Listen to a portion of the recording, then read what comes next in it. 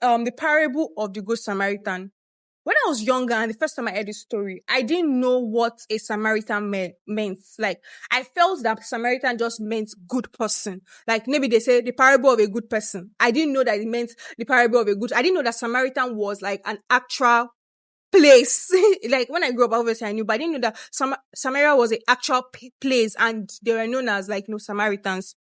And you know why that is a very important aspect of the story is that the Samaritans were not known to be like the people of God as at that time.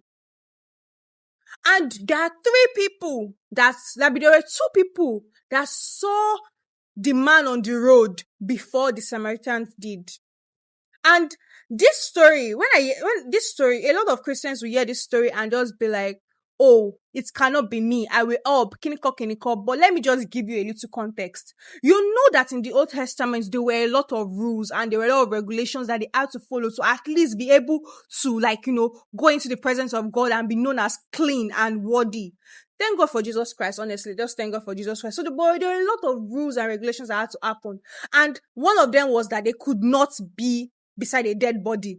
If they were with a dead body, I think they had to stay outside the camp for like 7 days and could not come into the camp, and they would not be able to, like, give sacrifices and all those kind of things. So they didn't want to do anything that would be like, please, it will affect the fact that I want to worship God. Do you get? They'll like, I want to be with God. I want to go to church. If I do this, it will not allow me to go to church. So because of that, they decide not to show care or compassion for a fellow person. This is indifference.